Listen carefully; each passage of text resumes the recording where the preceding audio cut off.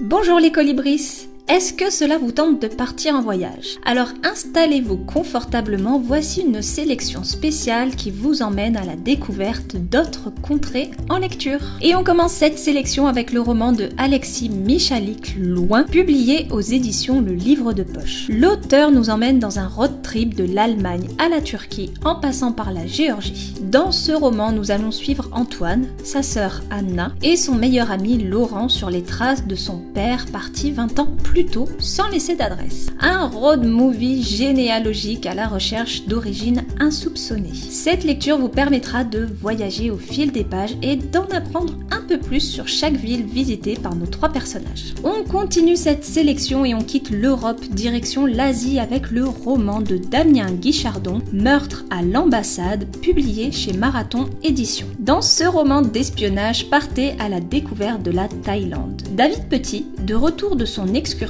dans le nord de la Thaïlande, rentre à l'ambassade de France où il travaille. Mais il assiste à un meurtre et en devient à la fois le suspect et le principal témoin. Dans une course-poursuite effrénée, l'auteur vous emmène à travers ce roman en voyage. Et de par ses nombreuses descriptions, il vous fait découvrir les pays asiatiques comme si vous y étiez. On reste en Asie et plus précisément au Japon avec le roman de Hiro Arikawa, publié aux éditions Babel. Dans Les Mémoires d'un chat, faites la connaissance de Nana. Satoru, son maître, doit se séparer de lui suite à un changement de vie. Il entreprend alors un voyage à travers le Japon pour lui trouver une nouvelle famille. Mais Nana ne l'entend pas de cette oreille et est bien décidée à rester près de son maître. Un roman plein d'humour, de bienveillance et qui vous emmène en voyage à la découverte des terres nippones. On continue cette sélection et notre voyage avec le roman de Laurie Nelson Spillman, L'infini des possibles, publié chez Pocket.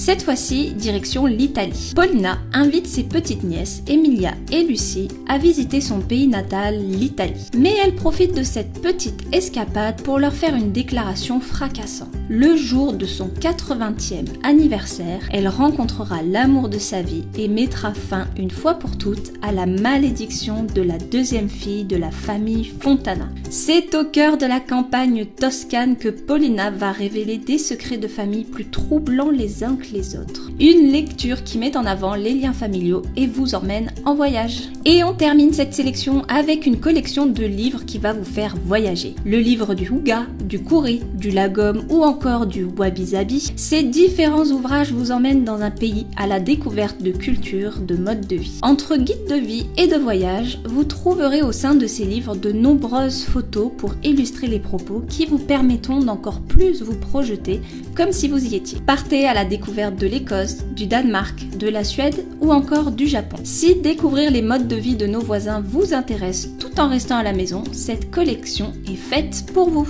Voilà les colibris, cette sélection est terminée. J'espère qu'elle vous aura permis de découvrir de nouveaux romans et surtout qu'elle vous aura fait voyager. Si cette vidéo vous a plu, n'hésitez pas à vous abonner à la chaîne pour plus de sélections littéraires et on se retrouve dans une prochaine vidéo.